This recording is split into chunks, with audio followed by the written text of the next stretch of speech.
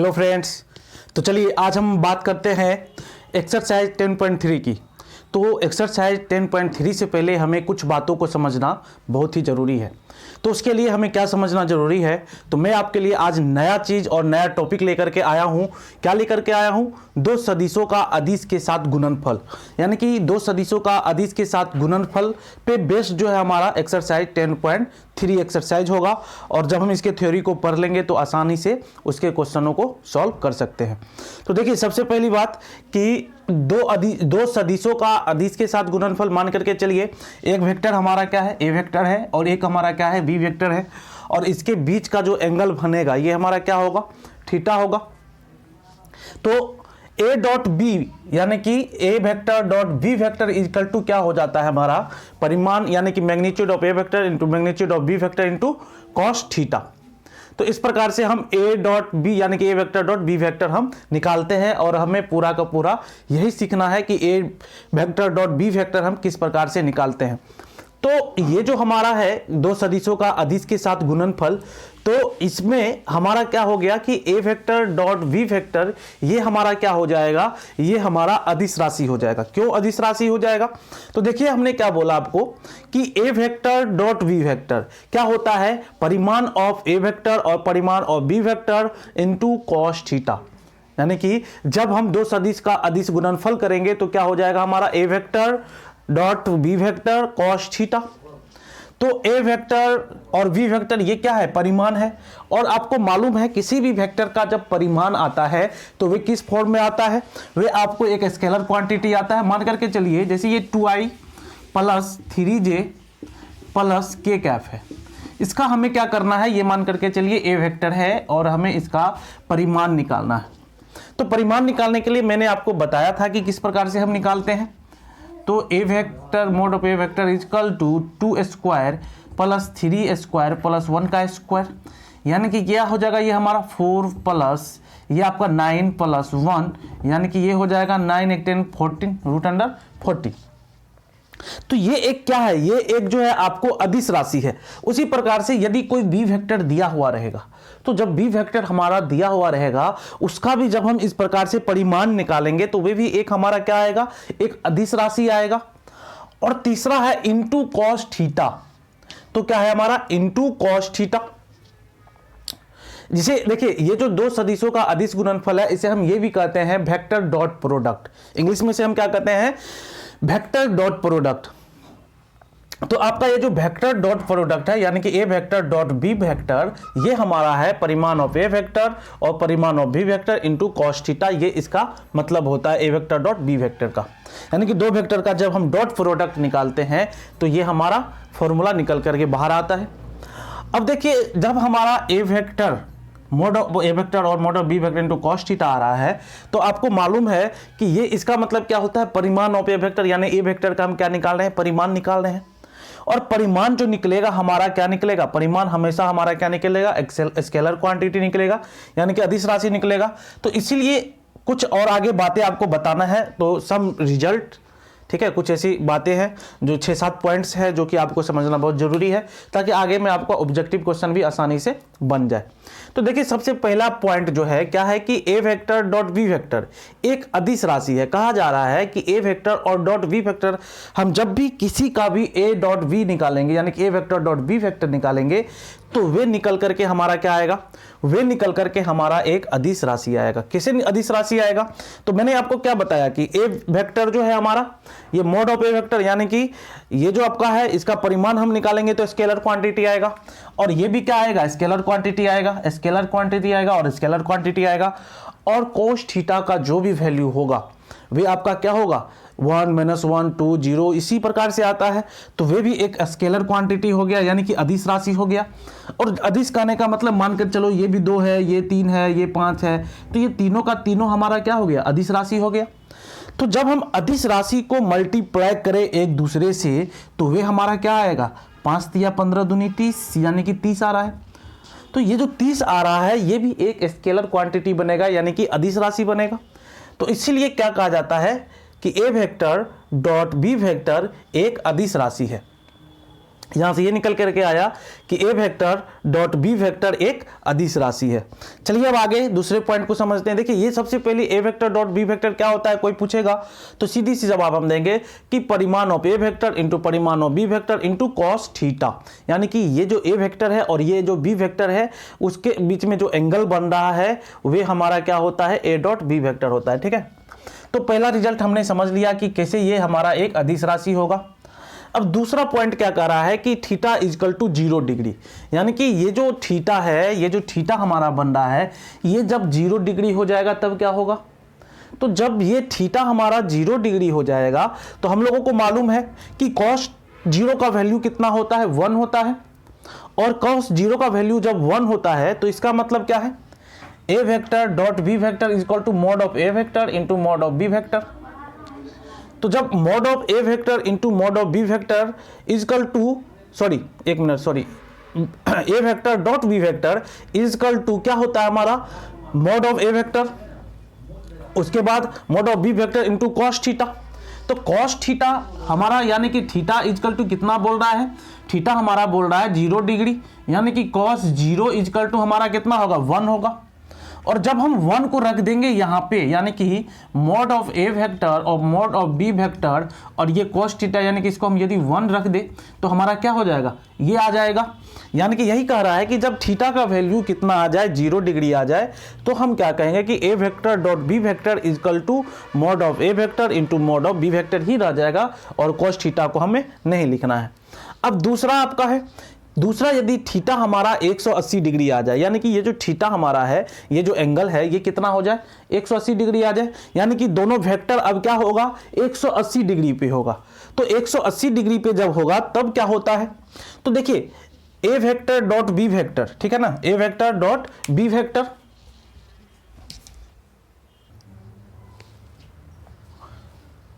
तो अब जो है हम A vector dot theta equal to 180 degree है, तो A vector dot B vector, यानी कि ए वेक्टर और डॉट बी वेक्टर, ये हमारा क्या है, A vector dot B vector. जब A vector dot B vector है और थीटा इजकल टू 180 डिग्री है तब क्या होगा, हम तो जानते हैं भैया कि क्या होता है कि ए परिमाण ऑफ ए वेक्टर और परिमाण ऑफ बी वेक्टर और कॉस थीटा।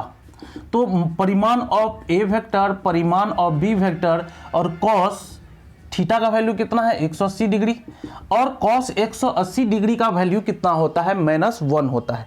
तो -1 जब होता है तो -1 mod of A vector of mod of B vector. तो हम इसी चीज को क्या लिख सकते हैं, तो इसे हम लिख सकते हैं A vector dot B vector को हम लिख सकते हैं minus mod of A vector into mod of B vector. ये आपका दूसरा पॉइंट है जो कि आपको याद रखना है। तीसरा देखिए, तीसरा पॉइंट क्या है, तो देखिए कुछ रिजल्ट, ये जो मैं बता रहा हूं आपको कि इस वेक्टर से कुछ ऐसा रिजल्ट सोचा गया, ऐसा मतलब निकल करके आया, वही चीज को मैं आपको बता रहा हूं। अब तीसरा है कि A vector dot B vector equal to 0, यानी कि अब क्या कहा जा रहा है कि ये A vector dot B vector equal to 0 हमारा कब आएगा। तो आप देखिए A vector dot B vector equal to 0, यानी कि कह रहा है कि A vector dot B vector equal to 0, यानी कि कभी ना कभी तो 0 आएगा, वे कब आएगा, तो A vector dot V vector equal to हमारा क्या होता है, A vector dot V vector equal to हम जानते हैं कि A vector dot V vector बराबर हो जाता है हमारा मॉड ऑफ ए वेक्टर और मॉड ऑफ बी वेक्टर और कॉस थीटा। तो मॉड ऑफ ए वेक्टर और mod of B vector into cos theta. तो मॉड ऑफ ए वेक्टर और मॉड ऑफ बी वेक्टर, यानी कि सारा का सारा टर्म हमारा 0 कैसे हो सकता है, तो 0 हो सकता है इस तरह से कि इसमें से कोई एक टर्म हमारा क्या हो जाए, 0 हो जाए, या तो ए वेक्टर बराबर 0 हो जाए या बी वेक्टर बराबर हमारा क्या हो जाए, 0 हो जाए। यानी कि जब हमारा क्या हो जाएगा, ए वेक्टर इजकल टू 0 हो जाए या हमारा क्या हो जाए, बी वेक्टर इजकल टू 0 हो जाए। तो हमने बताया है कि जब ए वेक्टर 0 हो जाएगा तो क्या हो जाएगा, सारा 0 हो जाएगा, या बी वेक्टर ही 0 हो जाए। तो कोई एक भी टर्म इसमें से यदि 0 हो जाता है तो इसका मतलब क्या है कि ए डॉट बी हमारा क्या हो जाएगा, 0 हो जाएगा।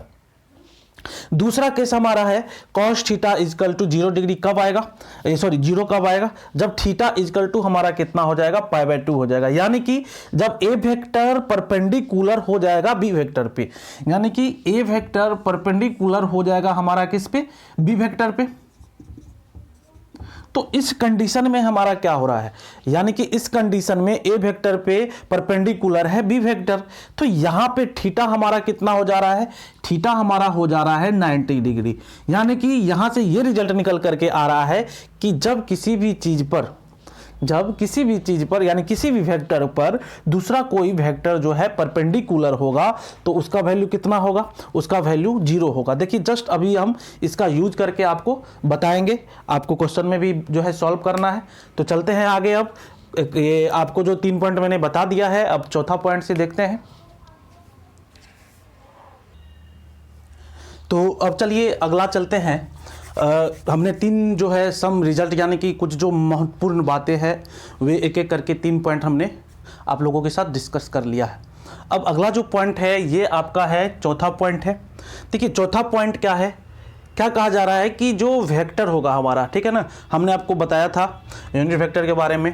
तो I cap into J cap, यानी कि I cap into J cap equal to हमारा क्या होगा, आई कैप यानी कि परिमाण जो होगा हमारा ये आई कैप का और ये जे कैप का, ठीक है, इनटू क्या हो जाएगा हमारा ये cos 90 डिग्री।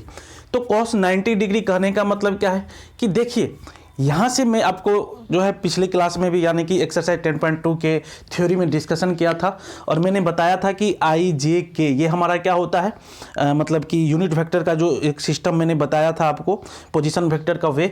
तो इसमें आप देख रहे हैं कि यहाँ पे आई है, जे है और के है। तो आई जे के क्या है, एक दूसरे को मतलब कि लंब है एक दूसरे पे।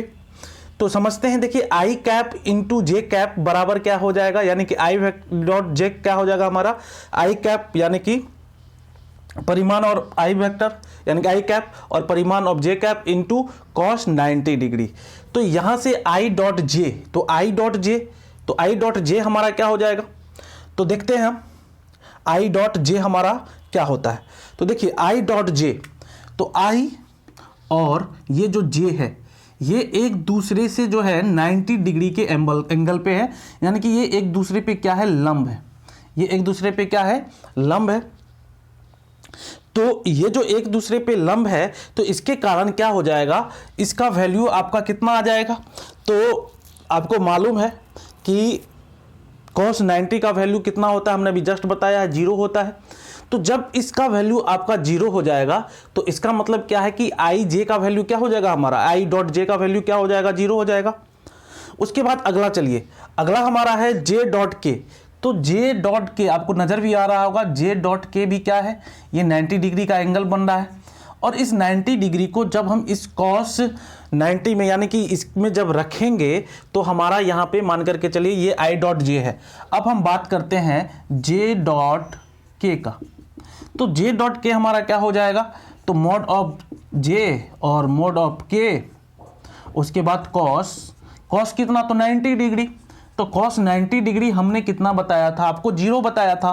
तो इसका मतलब जे डॉट के कैप क्या हो जाएगा हमारा, ये भी हमारा 0 निकल करके आएगा।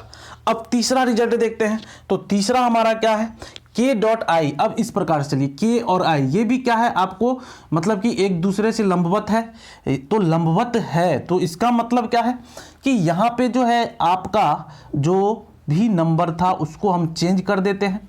तो चेंज कर देते हैं तो क्या लिखेंगे आप, के डॉट आई। तो के डॉट आई बराबर हमारा क्या हो जाएगा, के का परिमाण और किसका परिमाण, आई का परिमाण और cos 90 डिग्री। तो cos 90 तो हर एक पोजीशन में हर एक एरिया में, मतलब इसमें भी 90 डिग्री, इसमें भी 90 डिग्री, इसमें भी 90 डिग्री था। तो इसका मतलब क्या है कि ये जो हम इस दोनों वेक्टर को जो मल्टीप्लाई कर रहे हैं तो बार बार हमारा 90 डिग्री हो रहा है और 90 डिग्री यानी कि cos 90 डिग्री का वैल्यू 0 होता है। तो इसमें हमारा क्या हो जाएगा, 0 हो जाएगा। इसीलिए हम क्या लिखते हैं कि I dot J equal to J dot K cap equal to K dot I cap equal to हमारा क्या हो जाएगा, ये 0 हो जाएगा। यहाँ से ये निकल करके आया, अभी जस्ट मैंने आपको बताया था, इससे पहले जो है इसमें मैंने रख करके बताया था कि परपेंडिकुलर होता है। अब चलिए आगे चलते हैं, आई डॉट आई की बात करते हैं। तो देखिए ये आई वेक्टर है और इसी पे जब आई वेक्टर हो जाएगा तो इसका मतलब क्या है, आई डॉट आई कहने का मतलब क्या है, तो आई डॉट आई जो है हमारा, तो इसी प्रकार से जब आई डॉट आई, जे डॉट जे, के डॉट के हम करेंगे तो सभी का वैल्यू कितना आएगा, 1 आएगा, यानी कि आई डॉट आई, यानी कि इसी पे जो वेक्टर है हमारा आई है, तो इसका मतलब एंगल कितना बन रहा है, 360 डिग्री बन रहा है, यानी कि सभी का वैल्यू हमारा कितना निकल करके आ जाएगा, सभी का वैल्यू हमारा निकल करके कितना आ जाएगा, 1 आ जाएगा। तो ये दो चीज आपको याद रखना है, I dot J equal to J dot K equal to K dot I equal to हमारा कितना होता है, 0 होता है, और I dot I equal to J dot K dot K हमारा कितना होता है, 1 होता है। यानी कि खुद के साथ जब मल्टीप्लाई हो, खुद के साथ जब गुना हो, दो वेक्टर खुद के साथ जब हो तब हमारा क्या होगा, दो वेक्टर का जब खुद के साथ प्रोडक्ट हो तब क्या होगा, उसका वैल्यू 1 होगा, और जब वेक्टर हमारा जो है अलग अलग होगा और उसके बीच का एंगल 90 डिग्री होगा तो उसका वैल्यू कितना होगा, 0 होगा।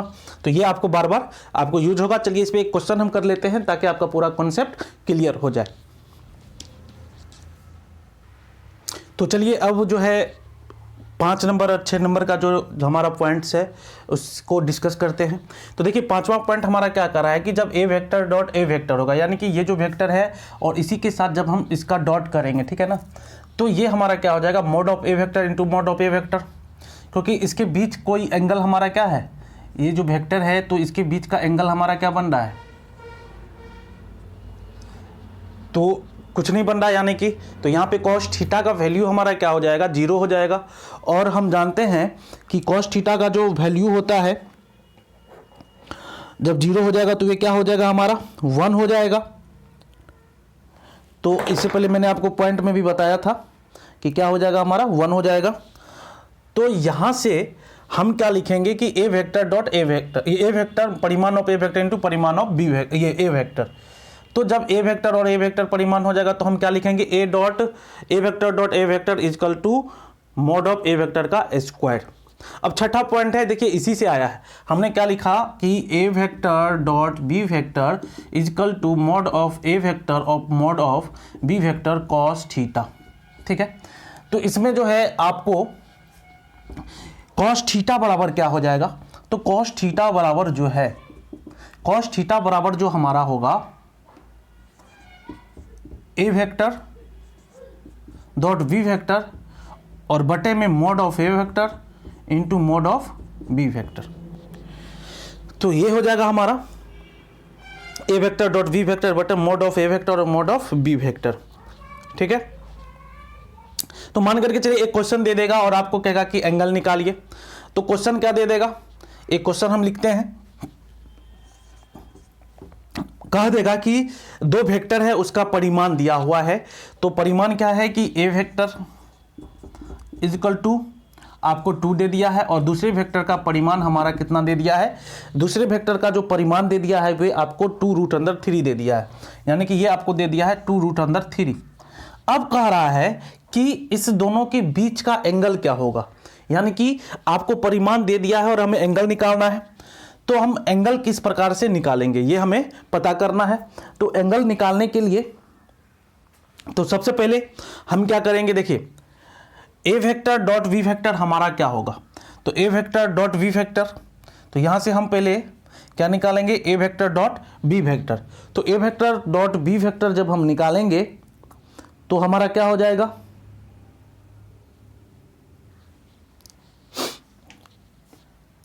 A vector dot B vector जब हम निकालेंगे तो यहाँ से हमारा क्या हो जाएगा, तो देखिए ये आपको हो जाएगा 2 इंटू 2√3, ठीक है, 2 इंटू 2√3।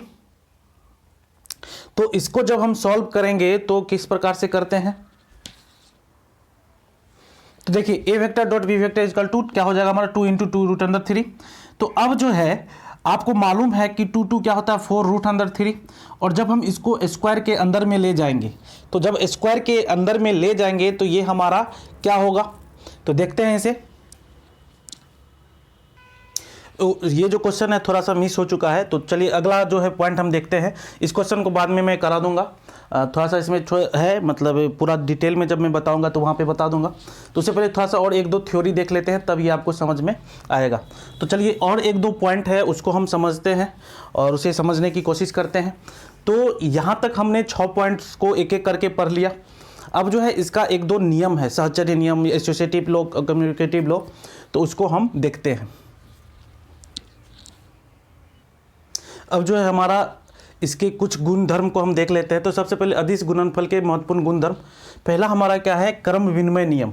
तो क्रम विनिमय नियम जो होता है उसमें क्या होता है, यानी कि हम A vector dot B vector को हम B vector dot A vector लिख सकते हैं।